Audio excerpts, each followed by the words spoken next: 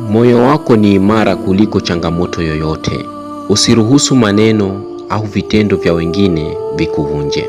Jinsi Mwenyezi Mungu alivyoumba moyo, ameuumba katika nafasi kubwa mno, na una uwezo wa kuweza kuhimili makubwa na kufanya kazi nyingi na kuweza kutatua changamoto nyingi. Sasa usiruhusu maneno ya watu, kauli za watu, vitendo vichafu vya watu, masimango ya watu yakakufanya kushindwa kuyajenga vizuri mahusiano yako, kushindwa kusamehe wenzako, kushindwa kuzikimbilia dream zako, kushindwa kusoma au kufikia kile ulichokuwa unakihitaji katika maisha yako. Ukiruhusu, utapotezwa na mwisho wa siku utafeli katika kufikia ndoto zako. Kwa hiyo usiruhusu maneno ya watu ya kuvunje. Fanyia kazi nilokuambia, ipo siku utanishukuru na utanikumbuka. All the best.